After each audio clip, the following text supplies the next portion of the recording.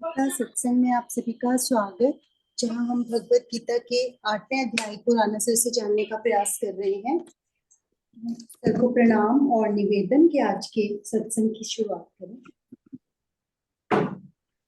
ओम वसुदेव सुतं देवं कंस चाणूरमर्दनम देवकी परमानंदम कृष्णं वंदे जगत्।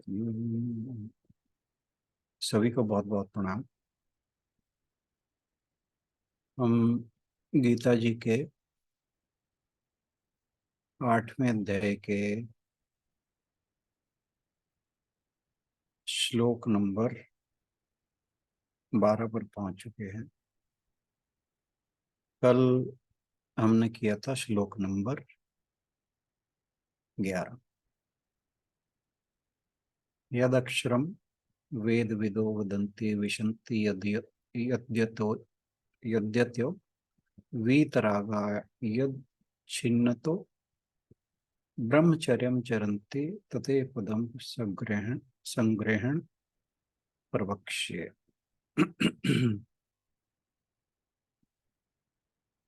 इसमें भगवान जी ने बताया था कि वेदों को जानने वाले विद्वान जिसे अक्षर कहते हैं, राग रहित यतनशील पुरुष जिसमें प्रवेश कर जाते हैं, जिनकी इच्छा से ब्रह्मचर्य का पालन करते हैं, उस पद को मैं तुम्हें संक्षेप में कहूंगा। अब यहाँ भगवान जी अगले 2 श्लोकों में ध्यान की क्या विधि है उसकी भूमिका बना रहे हैं। और यहाँ बता रहे हैं कि जो वीतराग हैं, यानी जो राग द्वेष से मुक्त हो गए हैं, उससे परे हो गए हैं, वीतराग योगी जो है जिसको प्राप्त करते हैं,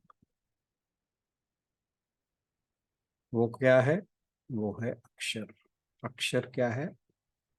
जिसका क्षर ना होता, जिसका क्षय ना होता, जो क्षीण ना होता। और वो क्या है? वो है ब्रह्म। तो ब्रह्म को जो योगी राग द्वेष से रहित होकर प्राप्त करते हैं, और एक साधक या ब्रह्मचारी जिसको पाने की इच्छा के लिए ब्रह्मचर्य का पालन करते हैं,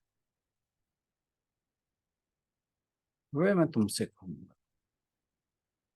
यानी अब मैं तुम्हें वह बताऊंगा कि ब्रह्म को प्राप्त कैसे किया जाए, यानी ध्यान की प्रक्रिया क्या है। और इन श्लोकों में ये फिर इसके बाद वो 12वें श्लोक में, 12वें और 13वें श्लोक में इस चीज को वो बताते हैं कि कैसे ध्यान की प्रक्रिया जो है उसके अनुसार मरते समय भगवान जो है मनुष्य का ध्यान वहां पर टिका रहे, वो कैसे होगा। तो उसके बारे में हम आज 12वां और 13वां दोनों श्लोक करेंगे, क्योंकि जो ये श्लोक अगर हम एक एक करके लें तो ये आधे अधूरे बैठते हैं। एक बात को जो कहा गया है वो दोनों श्लोकों के द्वारा कहा गया है। तो इससे पहले हम इन पर चर्चा शुरू करें, आशु बहन से अनुरोध कि दोनों श्लोक को पढ़ते हैं।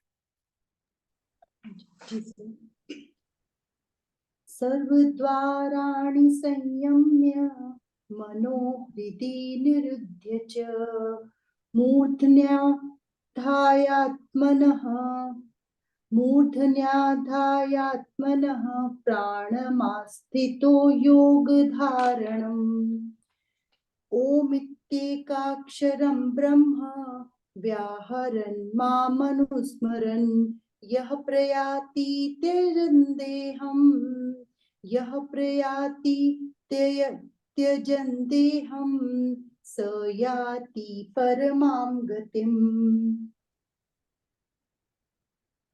सब इंद्रियों के द्वारों को रोककर तथा मन को हृदय देश में स्थित करके फिर उस जीते हुए मन के द्वारा प्राण को मस्तक में स्थापित करके परमात्मा संबंधी योग धारणा में स्थित होकर जो पुरुष ओम इस एक अक्षर रूप ब्रह्म को उच्चारण करता हुआ और उसके अर्थ स्वरूप मुझ निर्गुण ब्रह्म का चिंतन करता हुआ शरीर को त्याग कर जाता है, वह पुरुष परम गति को प्राप्त होता है।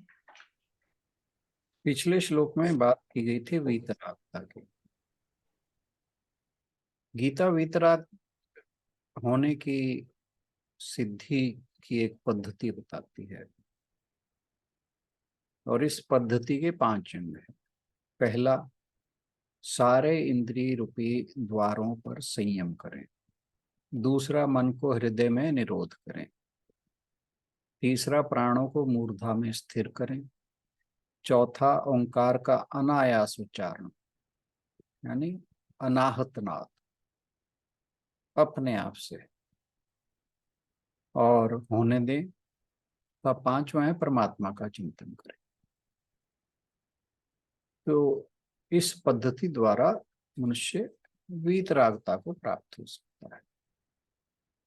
तो इस श्लोक में या इन श्लोकों में भगवान जी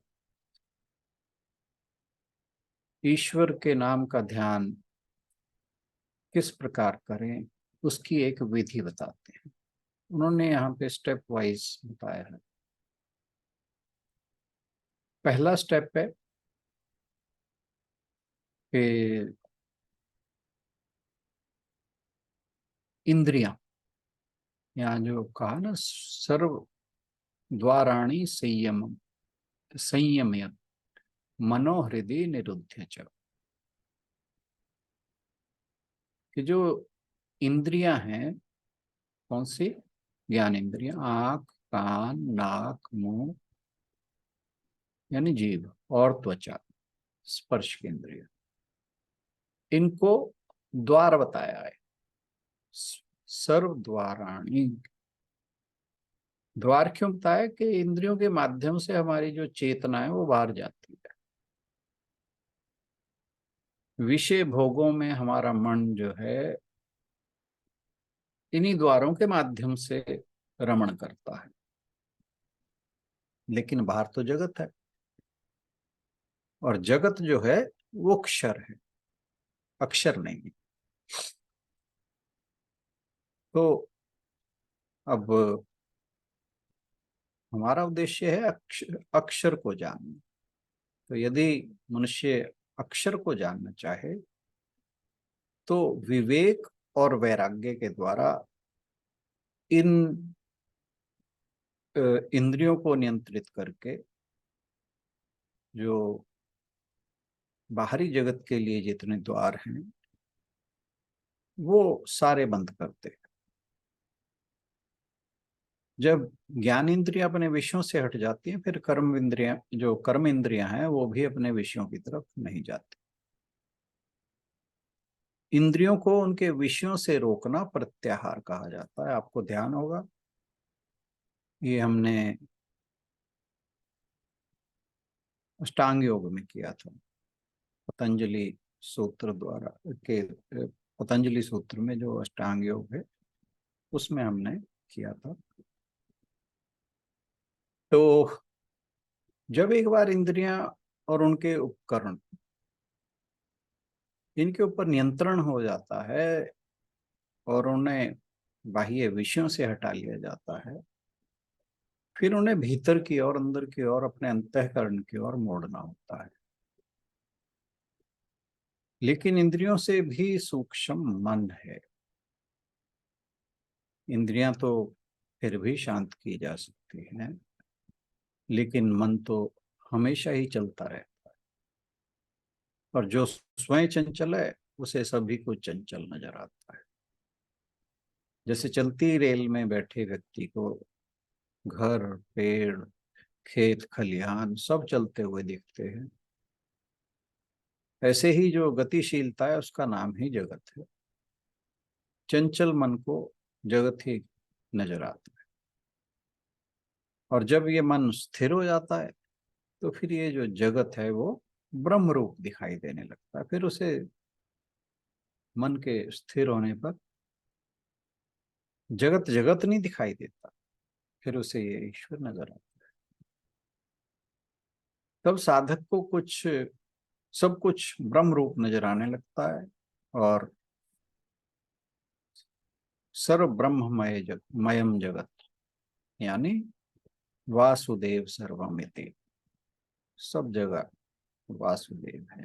ये पूरा जगत जो है कृष्णमय है, ब्रह्ममय है। तो मन को स्थिर करने का उपाय है कि उसे हृदय में निरुद्ध कर दिया जाए। मन जब एक बार परमानंद को प्राप्त कर लेता है, फिर विषयानंद की तरफ उसी तरह नहीं जाता जैसे एक भंवरा जो है, जो कमल के फूल के रस का आनंद ले लेता है, फिर वो और फूलों की ओर नहीं जाता।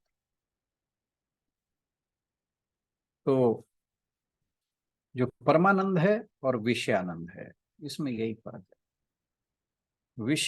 विषयों में जो आनंद मन को मिलता है वो क्षणिक होता है, अस्थिर होता है, और जो परमानंद है वो स्थायी होता है। तो इसलिए जब एक बार मन परमानंद का रस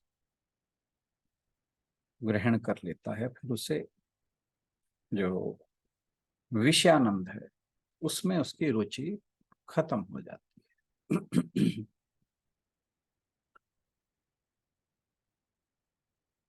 यामुन मुनि ने एक जगह बहुत सुंदर लिखा है, स्थितेर स्थितेर विंदे मद निधि मधु व्रतो नेक्षुर कम ही वीक्षिते, यानी प्राणवायु और भगवान, इन दोनों का निवास जो है वो हृदय में।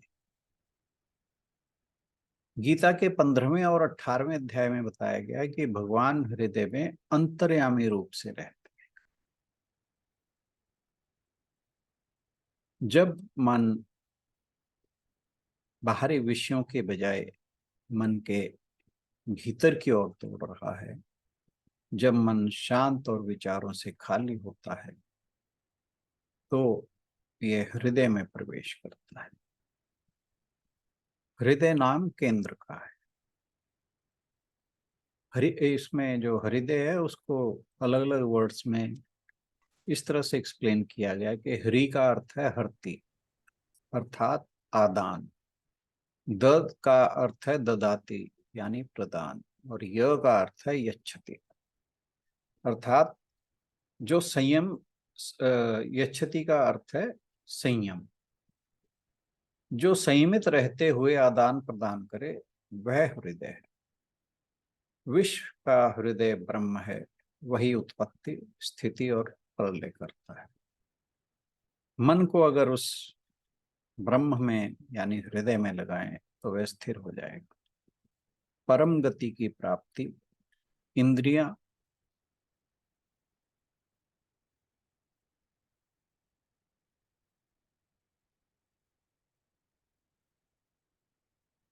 और मन के नियंत्रण के द्वारा होती है। भगवान कृष्ण यहाँ कहते हैं कि जब आप सांस लेते हैं तो उस पर नियंत्रण रखना बहुत जरूरी है। नियंत्रण के माध्यम से, प्राणायाम के माध्यम से व्यक्ति आंतरिक रूप से केंद्रित होना सीखता है। अब ये जो हृदय की बात है ना, ये समझें कि ये हृदय हमारा हार्ट, जो फिजिकल हार्ट है, उसकी बात नहीं हो रही। ये हृदय हमारे जो 7 चक्र हैं, आपको ध्यान होगा अनाहत चक्र जो है वो हृदय का स्थान है। तो जो लोग बाहरी दुनिया में व्यस्त जीवन जीते हैं वे सांस भी व्यस्त तरीके से लेते हैं, यानी उनकी श्वसन क्रिया जो है वो बड़ी तेज रहती है, जो भी सांसारिक विषयों में रहते हैं। और वो जब कड़ी मेहनत कर रहे होते हैं तो अपने आप को बुरी तरह थका देते हैं, और उससे जो श्वास की गति है वो बहुत तेज हो जाती है। जैसे किसी की सांस चलती है वैसे ही उसका जीवन चलता है। जैसे उदाहरण के लिए कछुआ जो है वो बड़े धीरे धीरे और जागरूकता के साथ उसका सांस चलता है, और उनका जीवन काल बहुत लंबा होता है, वे 300 साल तक जीवित रहते हैं। प्राचीन काल में योगियों की आयु लंबी होती थी क्योंकि उनका अपनी श्वास क्रिया पर पूरा नियंत्रण था। उदाहरण के लिए महाभारत के समय महर्षि वेद व्यास की आयु 250 वर्ष थी। भले ही लोग वे बाहरी दुनिया में रह रहे थे, लेकिन पूरी जागरूकता के साथ लगातार अपने अंतःकरण में ही वो निवास करते थे। वे हमेशा अंदर की ओर केंद्रित रहते थे। दूसरी ओर जो लोग आज बाहरी दुनिया में व्यस्तता से भाग रहे हैं उन्हें बहुत जल्दी, आप देखते होंगे आजकल बहुत जल्दी हार्ट अटैक्स होते हैं। ये तेज गति से सांस लेने की एक बहुत बड़ा कारण है इसमें, क्योंकि उससे तनाव ज्यादा होता है, और जैसे जैसे तनाव बढ़ता जाता है हृदय की जो धमनियां हैं, ये अब हृदय हम फिजिकल हार्ट की बात कर रहे हैं, वो सिकुड़ती जाती हैं, और जितना ज्यादा तनाव मनुष्य के ऊपर आता है वो उतनी जल्दी जाता है। इसलिए कम आयु में लोग हार्ट अटैक से, आपने देखा होगा, बहुत मरते हैं। तो इंद्रियों और मन जब अवरुद्ध हो गए तो प्राण का इन माध्यमों में भटकने का रास्ता बंद हो जाएगा। यानी इंद्रियां और मन, इंद्रियों का बाहर जाना बंद हो गया, मन हृदय केंद्र में स्थित हो गया, तो फिर प्राणों के लिए बाहर जाने की कोई रास्ता ही नहीं बचता। और फिर उस अवस्था में जो प्राण है वो मूर्धा में स्थित हो जाता है। और जो योगी है फिर योग बल के द्वारा अपनी प्राणवायु तथा प्राण शक्ति को समेटकर अपनी मूर्धा में विराजमान सहस्रार चक्र में स्थित कर लेता है। वास्तव में प्राण वायु ही इंद्रियों के द्वार पर स्थित होती है तथा उन्हें सक्रिय करती है। स्पाइन में या मेरुदंड में जो सुषुम्ना नाड़ी है वो मूलाधार से सहस्रार चक्र तक जाती है। चक्रों का भेदन करते हुए योगी ऊपर की ओर जाने वाली सुषुम्ना के द्वारा प्राण को ऊपर की ओर उठाकर पहले कंठ में स्थित विशुद्ध चक्र का भेदन करता है, फिर भ्रू मध्य में स्थित आज्ञा चक्र का भेदन करता है, फिर उसे मूर्धा में स्थित सहस्रार चक्र में स्थापित कर देता है। यह जो मूर्धा है, ये आप समझ गए होंगे, यहाँ पे जो बच्चों के छोटे बच्चे होते हैं पिलपिला सा स्थान होता है, ये मूर्धा कहा जाता है। इसको 10वां द्वार भी कहा। जब प्राण एक बार वहां स्थित हो जाते हैं फिर इंद्रियों की तथा मन की चंचलता अपने आप निवृत्त हो जाती है।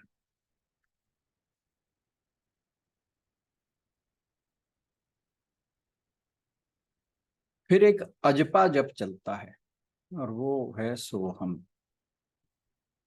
श्वास अंदर जाता है तो सो की ध्वनि होती है, श्वास बाहर आता है तो हम की ध्वनि होती है। ये हमने मेडिटेशन में किया हुआ है, आपको ध्यान होगा तो। ये ध्वनि करनी नहीं पड़ती, 24 घंटे श्वास प्रश्वास के द्वारा अपने आप चलती है। और मनुष्य को ये या साधक को ये स्मरण दिलाती है कि जीव ही ब्रह्म है। जब यह ध्वनि सूक्ष्म हो जाती है और चित्त के शांत होने पर श्वास प्रश्वास की क्रिया मध्यम हो जाती है, मंद पड़ जाती है, तो सोहम में व्यंजन सकार और हकार ये भी लुप्त हो जाते हैं।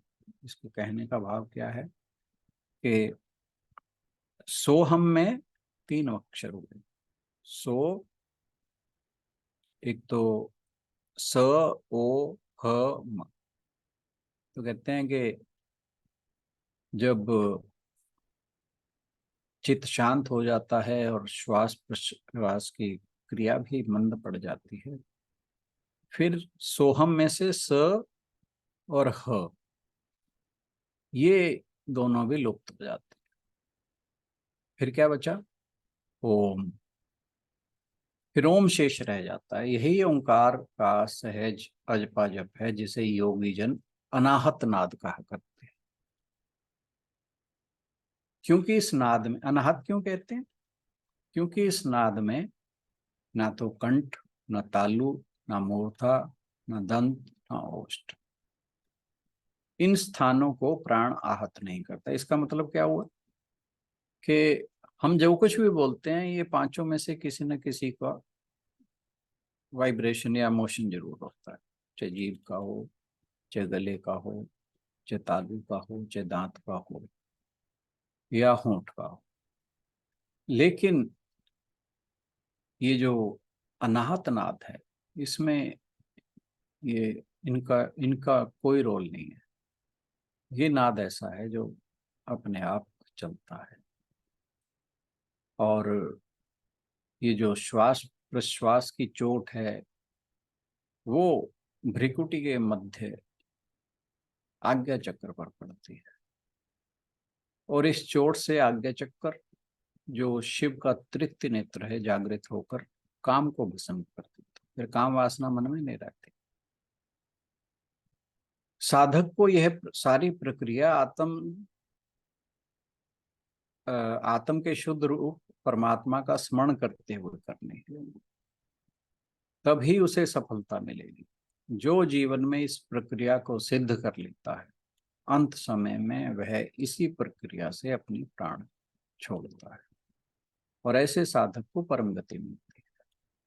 ओम इति एकाक्षरम ब्रह्म व्याहरण, इस एक शब्द ब्रह्म का उच्चारण करते हुए ओम मम अनुस्मरण, और इसके साथ ही मुझ पर ध्यान।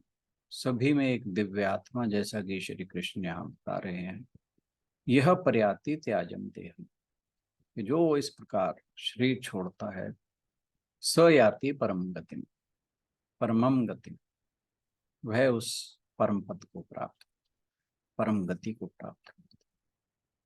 आत्मदर्शी उपासकों के लिए 3 कर्म अनिवार्य है।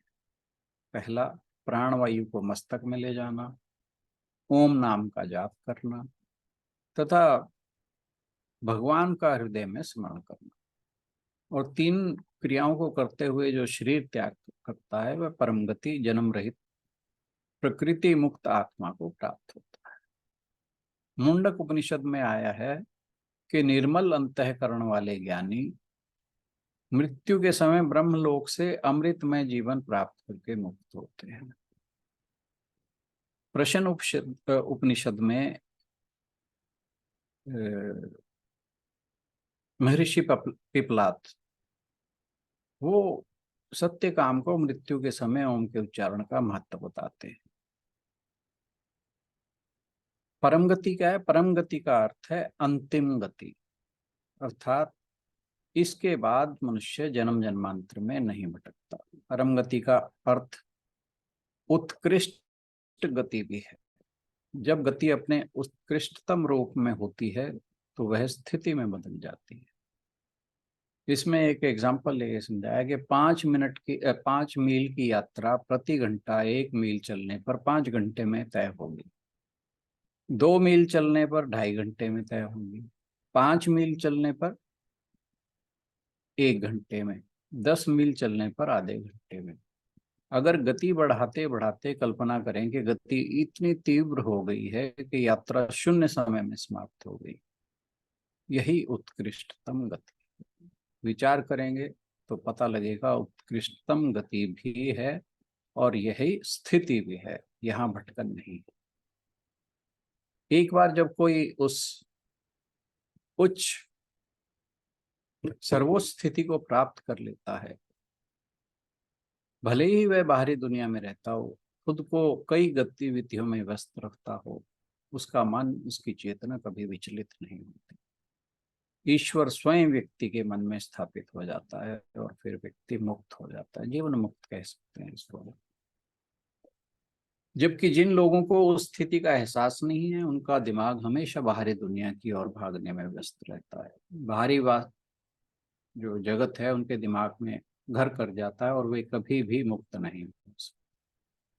इसलिए जप क्रिया, दिव्य नामों का निरंतर स्मरण बहुत महत्वपूर्ण है। मानस जप, जिसका अर्थ है दिव्य नामों का मानसिक जप, व्यक्ति को अपने विचारों को नियंत्रित करने और आज्ञा चक्र पर ध्यान केंद्रित करने में मदद करता है। यह व्यक्ति को ईश्वर प्राप्ति की ओर ले जाता है, न केवल आत्म साक्षात्कार के लिए बल्कि ईश्वर की प्राप्ति के लिए। तब मनुष्य जन्म और मृत्यु के चक्कर से मुक्त हो जाता है। व्यक्ति न केवल स्वयं में बल्कि सर्वत्र उस ब्रह्म को ही देखता है। योग धारणा, यहाँ बात आई थी, तो योग धारणा है कि रचनात्मक विचारों की सहायता से मन के विक्षेपों को कम से कम किया जा सकता है। यानी हम अपने मन में अगर सुंदर, अच्छे, उच्च कोटि के विचार लाएं तो मन का विक्षेप कम होता चला जाता है। नकारात्मक वह है जिसके कारण मन क्षुब्ध और चंचल हो जाता है। प्राण शक्ति को बुद्धि में स्थापित करने का अर्थ है कि बुद्धि को सभी निम्न स्तरीय विचारों एवं वस्तुओं से निवृत्त करना। विषय ग्रहण आदि द्वारा बुद्धि का इनसे तादात्म्य रहता है। लगातार आत्म अनुसंधान की प्रक्रिया से बुद्धि को विषय से हटाया जा सकता है और इन 3 कार्यों के संपन्न होने पर ही मन के आत्म अनुसंधान में जो दृढ़ स्थिति होती है उसे ही योग धारणा कहा गया है। तो आज के लिए इतना है। बहुत बहुत धन्यवाद।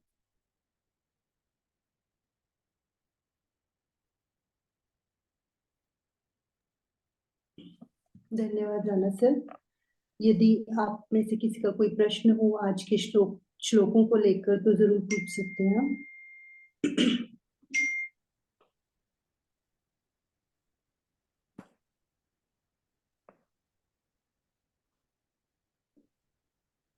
चलिए इसी के साथ समापन की ओर बढ़ते हैं। ओम पूर्णमदः पूर्णमिदं पूर्णात् पूर्णमुदच्यते पूर्णस्य पूर्णमादाय पूर्णमेवावशिष्यते। ओम शांति शांति शांति। हरि ओम। सभी को बहुत बहुत प्रणाम और आज के सत्संग में आने के लिए बहुत बहुत धन्यवाद। Thank you everyone. सभी की ओर से राणा सर का भी बहुत बहुत धन्यवाद। कल मिलते हैं अगले श्लोक के साथ। Thank you everyone.